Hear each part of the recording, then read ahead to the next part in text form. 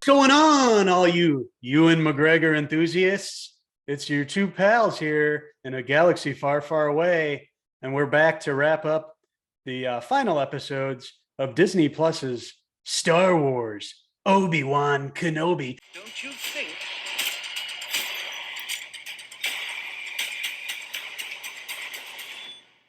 Where is he? Obi-Wan Kenobi, it's all wrapped up. We had the pleasure of watching this series, 6 episodes, I believe, aired. It's finally over. We've watched every episode, and we are here to share our thoughts with you, wild rascals. We reviewed the first couple episodes, so just kind of going back to where we left off.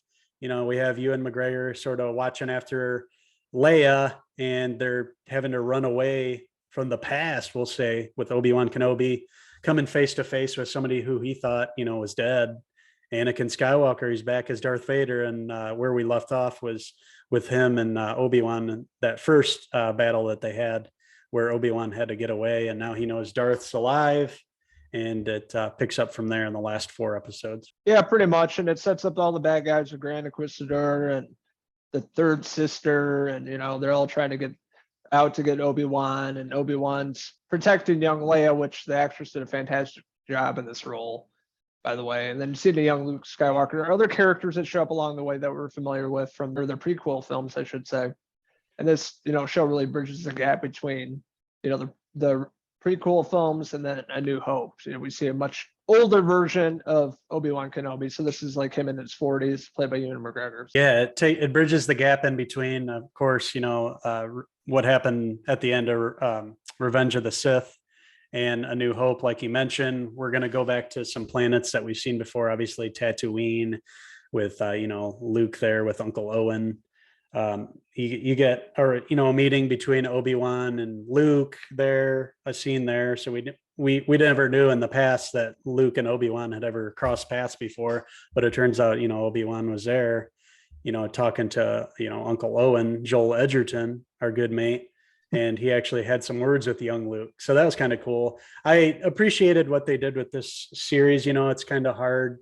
Obviously, we already know where the story kind of ends up. It was just kind of them filling it in and having to add in some mythology to this universe. And I thought they did overall a pretty good job with it. Very cinematic looking. It looked like, the movies very well. The camera work was great and very highly produced and shot very well. Ewan McGregor slipped back into this role with ease. He owns this role. It's, obviously him playing a younger version of Obi-Wan Kenobi, and this taking place, several years later after what happened in the prequel trilogy. He really slipped back into this character and gave it his all and did a great job, returning as Obi-Wan Kenobi. And then you have him and Anakin crossing paths again. So we see Hayden Christensen coming back too. So seeing them interact, after the last time seeing them and what happened in Revenge of the Sith was pretty interesting too. And seeing them be able to act together again was pretty cool.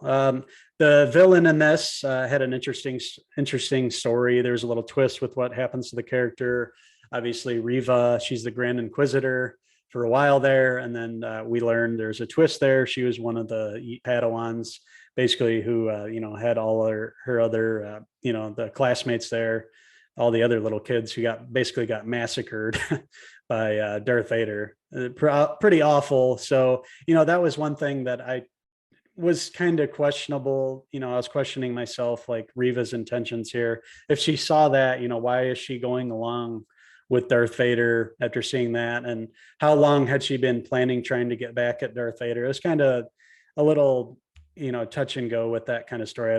Didn't fully buy that she was this young girl and saw that and was able to she wanted revenge all that time against Darth Vader, but yet she's working for him, trying to go after Leia and stuff. It was, the writing there was a little iffy to me. I liked every episode. It's 6 episodes in the season. I'd say I liked 4 out of 6. I thought the first 2 and the last 2 were really great. The ones in the middle didn't care for at all. Episode 4, I really didn't care for. It was super slow, and I don't know. They kind of did something different with some characters, and that just some really bad choices, I thought, in the writing. Just kind of lost me, but they pick it up towards the end. The best parts of the show, you're going to see Darth Vader and you're gonna see Obi-Wan Kenobi and them fighting. Those are the best scenes, Right. especially at the Yes. end. You're seeing some Yeah.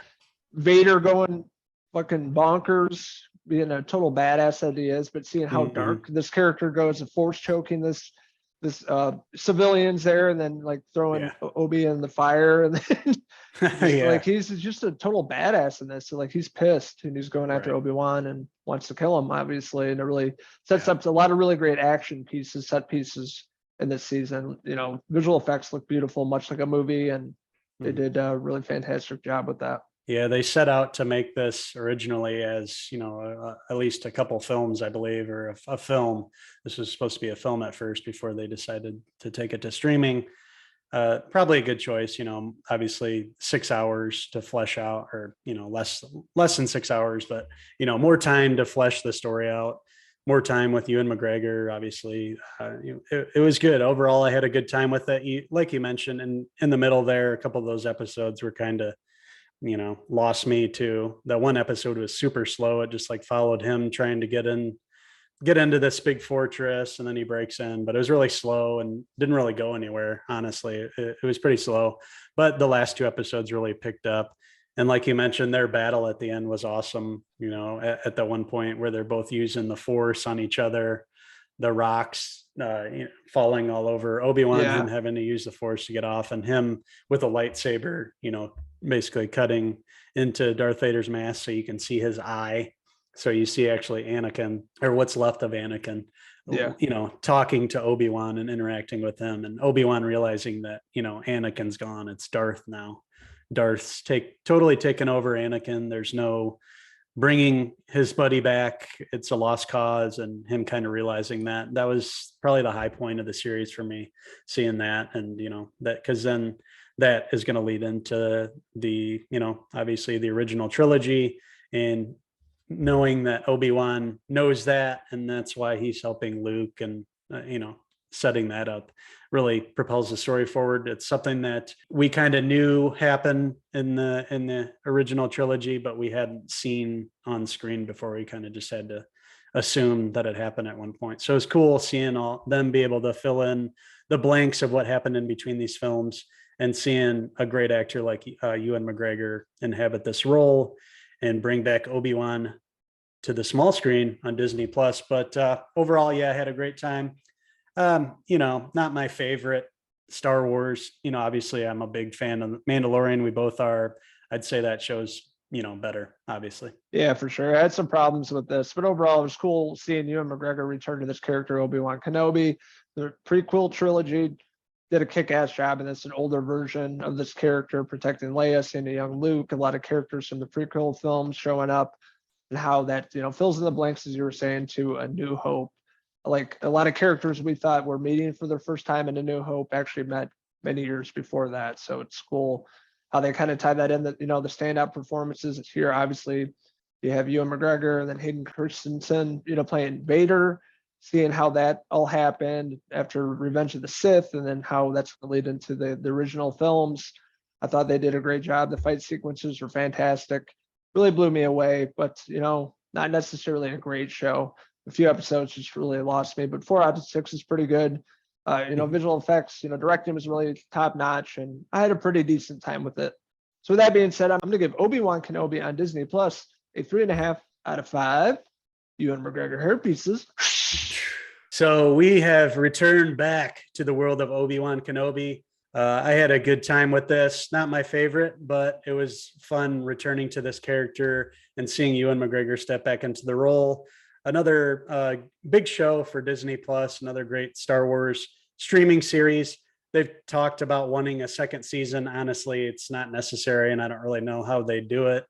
You know, we could see Ewan meet up with, you know, who we see a glimpse of at the very end, but it's to me, I don't think they should. I think they should leave it with this kind of tied. Yeah, this, you know, that's they perfect. did everything they could, and a couple of the episodes, you know, could have been. We didn't even need the 6 episodes. We needed about 4. But that being said, those are minor things. I, you know, didn't hate anything. I just thought the writing and a couple of the choices that they made, I didn't really like what they did. I am going to give Star Wars Obi-Wan Kenobi a 3 out of 5 Jedi hair pieces.